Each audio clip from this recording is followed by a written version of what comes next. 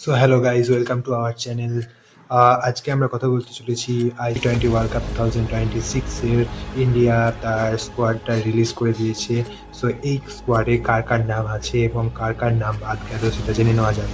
প্রথমে যার নাম দেখতে পাচ্ছি সেটা হলো আমাদের ক্যাপ্টেন সূর্যকুমার যাদব। অক্ষর প্যাটেল রয়েছে as a allrounder. Abhishek Sharma opener, Hardik Pandya, Sanju স্যামসনকে রাখা হয়েছে, এটা ভালো লাগলো। এবং তার সঙ্গে আর একটা ইন্টারেস্টিং অ্যাড করেছে ইন্ডিয়া, সেটা হলো ঈশান কিষান। যেহেতু ডোমেস্টিক ক্রিকেটে ভালো পারফরমেন্স এসেছিল ঈশান কিষান এবং নিজের ক্যাপ্টেন্সিতে নিজের টিমকে ফাইনালে জয়লাভ করিয়েছে ঈশান কিষান, সো তাকে কিন্তু স্কোয়াডে রাখা হয়েছে।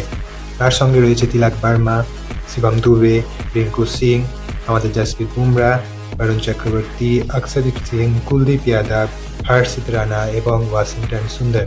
সো এখানে যাদের নাম নেই, সো ভাইস ক্যাপ্টেন চেঞ্জ করে কিন্তু অক্ষর প্যাটেলকে ভাইস ক্যাপ্টেন করা হয়েছে। শুভমান গিল তার মানে আইসিসি মেন্স টি20 ওয়ার্ল্ড কাপ 2026-এর ইন্ডিয়ার হয়ে খেলছে না।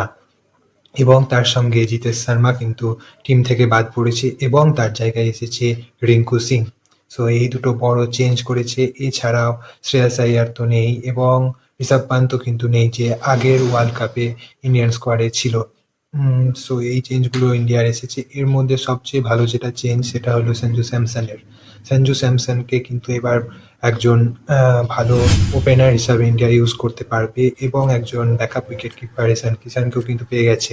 যদিও জিতেশ শর্মা যতদিন ইন্ডিয়ার হয়ে খেলেছে খুব খারাপ পারফরমেন্স তার আসেনি, কিন্তু তারপরে ডোমেস্টিক ক্রিকেটে ভালো পারফরমেন্স করার জন্য ঈশান কিষানকে টিমে রাখা হয়েছে, এটা টিম ম্যানেজমেন্টের পক্ষ থেকে জানানো হয়েছে। এবং এটাও জানানো হয়েছে যে একজন উইকেট কিপার ব্যাটসম্যানই কিন্তু ইন্ডিয়ার হয়ে ওপেনিং করবে উইথ আমাদের অভিষেক শর্মা। সো এই টিমটা যদি আমরা আইসিসি মেন্স টি20 ওয়ার্ল্ড কাপ 2026-এ যদি আমরা এই টিমটা দেখি, সো এটা কিন্তু ইন্ডিয়ার একটা স্ট্রংগেস্ট টিম হতে পারে। এই টিমটাকে আপনারা বিভিন্নভাবে প্লেইং ইলেভেনটাকে সাজাতে পারেন।